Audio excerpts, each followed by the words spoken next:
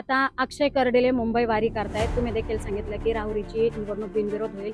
काय वाटतं, तनपुरे मैदान सोडतील का? नाही हो, मी म्हटलोच नाही बिनविरोध होईल. मी हे म्हटलो की बिनविरोध व्हावी अशी माझी अपेक्षा आहे. मी म्हटलो तसंच होतं नगरमध्ये असं नाही. असंही म्हटलं जातं की तनपुरेंनी भगवी टोपी घातली आणि गळ्यात पंचा घातलाय, भाजपात प्रवेश करणार. मामा आहेत, प्रदेश अध्यक्ष आहेत. ते म्हणतात आम्ही 10 लोक घड्याळाकडे चाललो, त्यांचा भाचा मोठा आम्ही 10 लोक भाजपकडे चाललो, उरले 10 शेणे देऊन टाकायचं टाके विषय राजकारण फक्त तुतारी वाजवत बसतो. अक्षय कर्डिले मुंबई वारी करतायत. तुम्ही देखील सांगितलं की राहुरीची निवडणूक बिनविरोध होईल. काय वाटतं, तनपुरे मैदान सोडतील का? नाही हो, मी म्हटलोच नाही बिनविरोध होईल. मी हे म्हटलो की बिनविरोध व्हावी अशी माझी अपेक्षा आहे. मी म्हटलो तसंच होतं नगरमध्ये असं नाहीये. बिनविरोध व्हावी अशी माझी अपेक्षा आहे. आता पुढे जाऊन उन्हातान्हात परत सभा घेत बसायचं माझी तर ताकद राहिलेली नाही हो. म्हणून माझी इच्छा आहे की धावपळ न करता आनंदात गंमत जम्मत झाली म्हणजे संपलं. आता नगरपालिका संपली का ते सुरू, ते संपलं का जेडपी सुरू, जेडपी मध्ये जिल्हा बँक सुरू.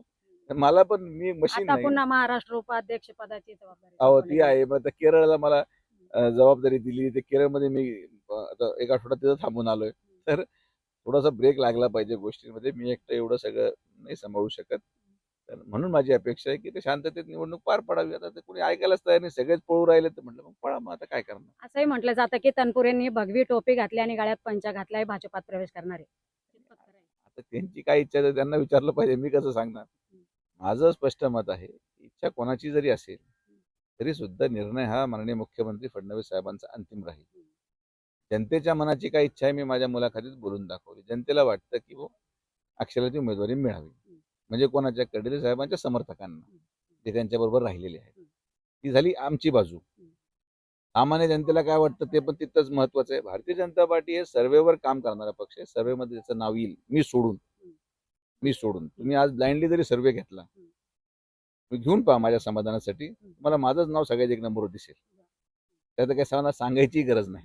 पण माझी इच्छा नाही मी तुम्हाला अगोदर सांगतो. तर खालचे उरले 2 गडी, त्यांच्यापैकी सर्व्हेमध्ये कोणाचं नाव येतं ते मुख्यमंत्री पाहतील.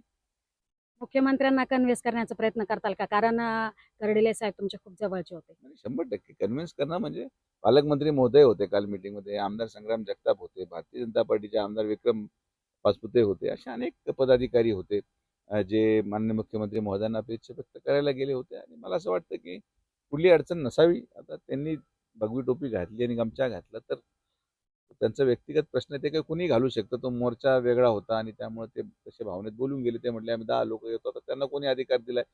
त्यांचे जे मामा आहेत, जे प्रदेश अध्यक्ष आहेत, ते म्हणतात आम्ही 10 लोक घड्याळाकडे चाललो, त्यांचा भाचा मोठा आम्ही 10 लोक भाजपकडे चाललो, उरले 10 शेणे देऊन टाका, संपून टाका विषय राजकारण कुठे तुतारी वाजवत बसतात.